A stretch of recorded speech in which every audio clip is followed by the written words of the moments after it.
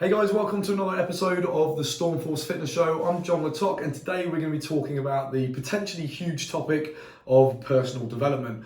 Now, before you get all like, oh, it's more guru shit, don't worry, I want to take like a really direct, matter-of-fact approach to this like I normally do. Somebody asked me about personal development the other day, and they were like, I literally don't know where to start. Like, I don't know what should my goals be, what should I want to do with my life. Now, obviously, it's not down to me to tell somebody what they should do with their life. Okay, that is something that you discover by giving some really sort of careful consideration to personal values and stuff like that. But I don't want to go too much into that today. I just want to give you like an overall perspective and give you some common tripwires that a lot of people fall over when they're effectively trying to improve their life. That's ultimately what we're talking about. Getting more out of your life, doing more, potentially having more if you want more stuff, kind of having, being, and doing more. That's effectively what we're talking about. So one of my things is that I noticed as I grew up as a coach and as an individual personally is that you just can't have a great life if you're only focused on one particular area. Okay, so this is why I've got more and more into this style of coaching. I certainly haven't drifted away from fitness coaching. Like, I love it. I love coaching people. I love getting people fitter and doing challenges, but it really is only part of the equation. And for me, this is why, especially in this day and age of social media, we often see the extremes. You know, if we follow one person, all we see is their fitness, training, lifting weights, running, and we assume that that's all they're doing. And then if you watch somebody who's kind of into, maybe they talk about money, maybe they're like a money guru, a money expert, all we see is them talking about money, how to make more money, how to run a business. And again, that's great. It's useful stuff. But if you only focus on that one particular area, you are going to struggle to really improve your life. And the analogy that I give people is it's like, you know, the old school kind of wooden bridges over a river. Okay, where it's kind of one slat of wood, another one. Okay, if that bridge was built, there's one up here, one down here, one up there. You can't cross that bridge, okay? You can't keep moving forward. You can't go from A to B. So I look at it, imagine like a bridge with 8 pieces. And this is like the pillars of our Manifest program. We talk about money, we talk about adventure, we talk about your network, we talk about the impact you're having, your fitness, your education, your sleep, and your thoughts. Okay, funnily enough, it spells out manifest, but those areas are absolutely critical because if you focus on one or two and you ignore the others, everything tends to fall apart and you simply cannot cross that bridge. Okay, it doesn't work together. You'll do well in one area. You know, if I just focus on my business and just money, great, I'll become rich. But in that time, I've maybe lost my friends. I haven't seen them for a while, so they sort of give up on me. I'm not treating my family as I should. Maybe it affects my relationship with my fiance. My fitness just deteriorates. My health suffers. And eventually that stuff will drag down the money side because now I can't work. You know, I can't go out there and run my fitness business. I just do not have the health to enjoy the money. You know, maybe my thing was I'll get rich by the time I'm 45 and then I'm going to travel the world on my sailboat. But then by the time I get to that point, I've ruined my health.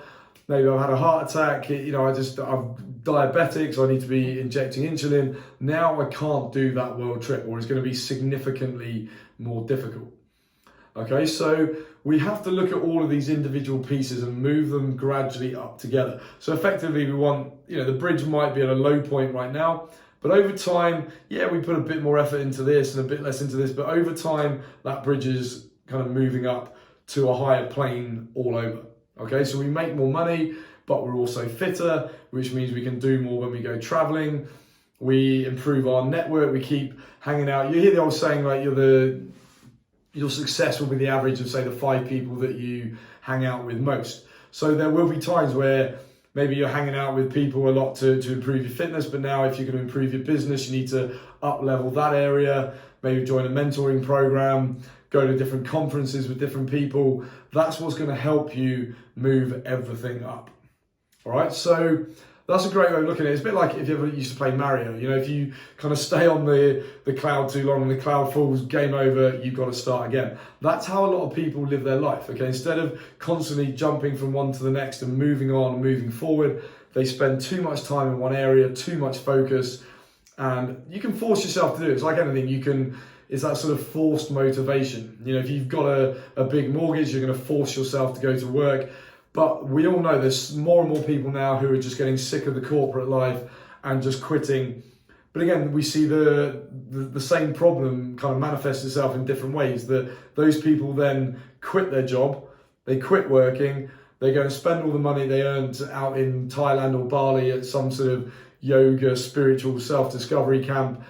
But then obviously after a while, because they're not making any money, their money starts to disappear. They haven't seen their friends from home, so they have to go back there, and then they jump in and get a job again. Now they haven't got time to practice what they were doing out in Bali, and it is this constant swinging around. So over time, all they're doing is kind of running back and forth on that bridge and never actually elevating it to a higher place. Okay, so with all of this and getting all of this stuff done, we have to plan it. Okay, this is the other thing. You're going to have to either invest time wisely in a plan to start with, or you are simply going to waste time later on. Okay, people say, oh, I haven't got time to write out a plan. I haven't got time to think about my nutrition. I haven't got time to get a quality fitness program.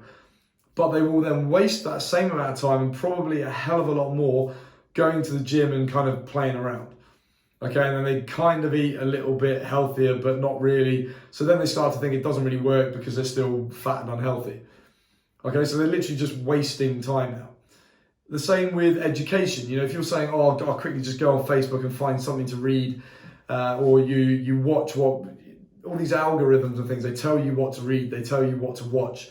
That's not education, okay? Education is saying, I'm going to sit my ass down for even 20 minutes a day at first and read this particular book, because then that knowledge will help me improve the money side of things.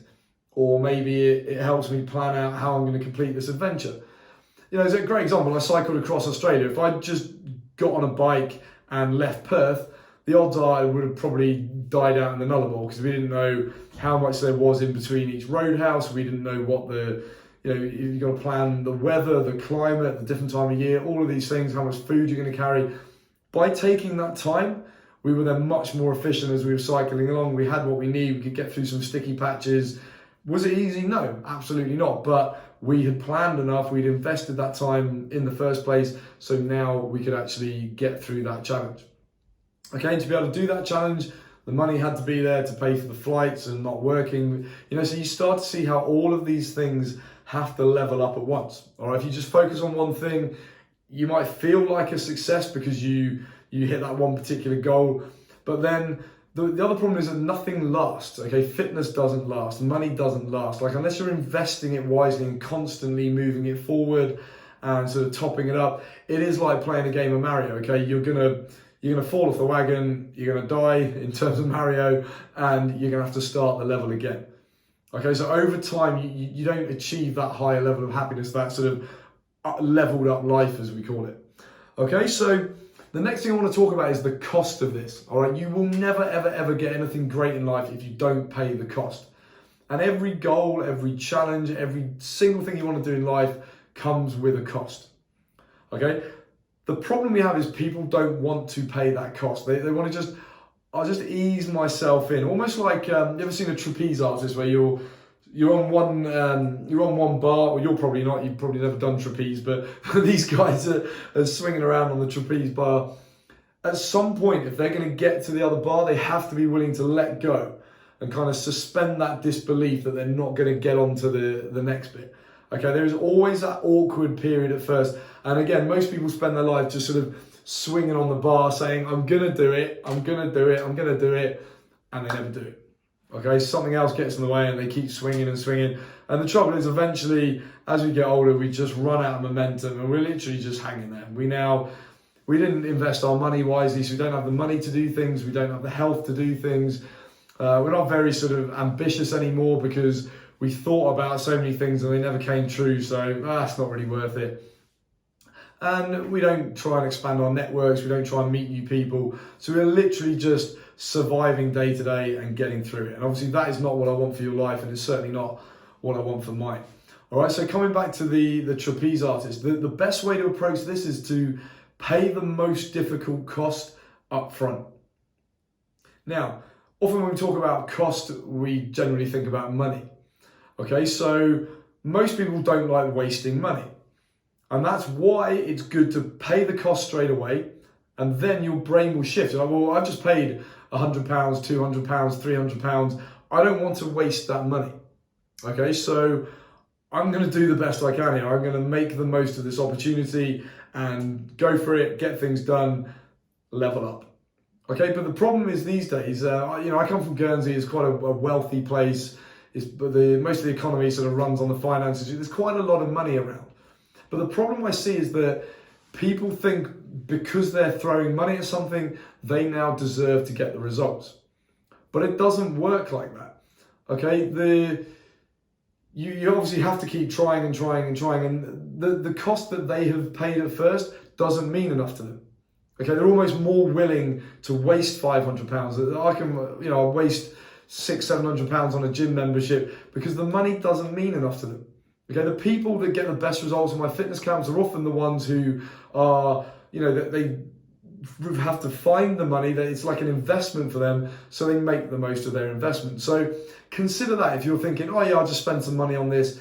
If that cost doesn't make you uncomfortable, then you're probably not going to make a success of it. Okay, I've seen that many, many, many times.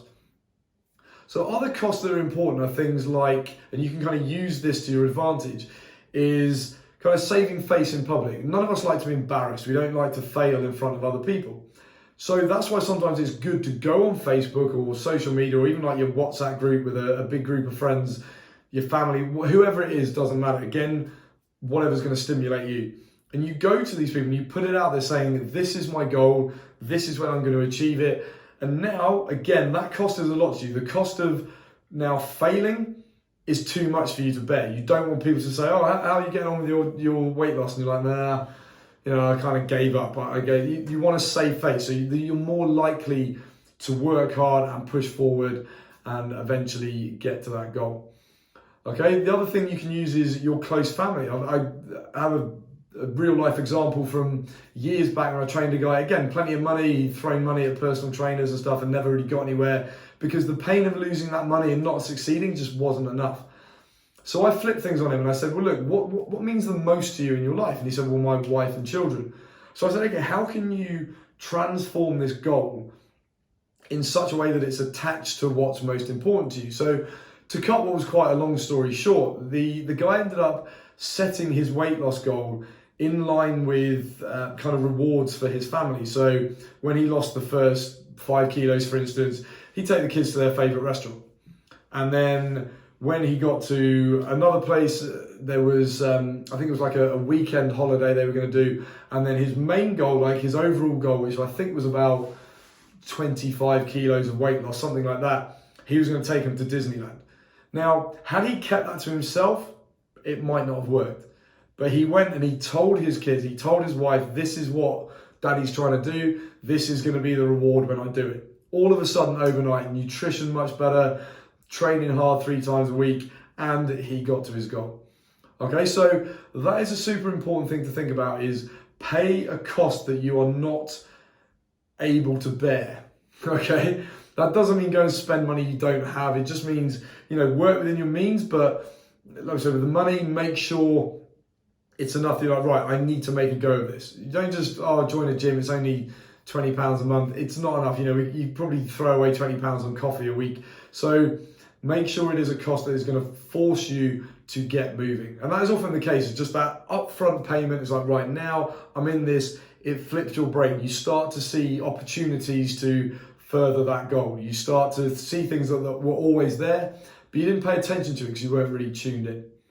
Okay, so to round this up, that's how I approach personal development. If we go through those key areas again from Manifest, we've got money, adventure, network, impact, fitness, education, sleep, and thoughts. Okay, I'm not going to go into all those areas, but they do all very much interlink, And as you bring one up, it gives you an opportunity to improve the others. And then when they go up, now you've got an opportunity to improve the ones that you maybe let slip a little bit. So we're not saying you have to constantly be wired and on the ball and on fire in all of these areas, but you will push one up a few notches and then hold that one there and bring the other one up a notch.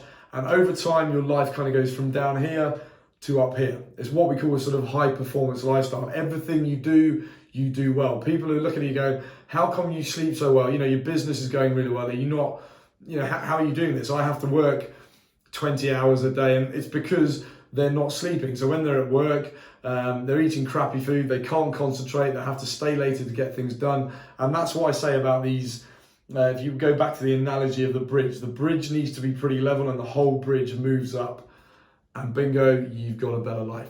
So I hope that makes sense. As usual, if you have any questions, then get in touch with me and drop me a message about the Manifest event that is happening on May 2nd up in Liverpool. I'm going to walk you through all those key areas, and I'm going to show you how to ramp it up over the sort of 8 to 12 weeks after the course. So as I've just explained, we're going to up level absolutely everything in your life, and you're going to be a lot happier at the end of the day. So thanks for listening, and I'll see you very soon.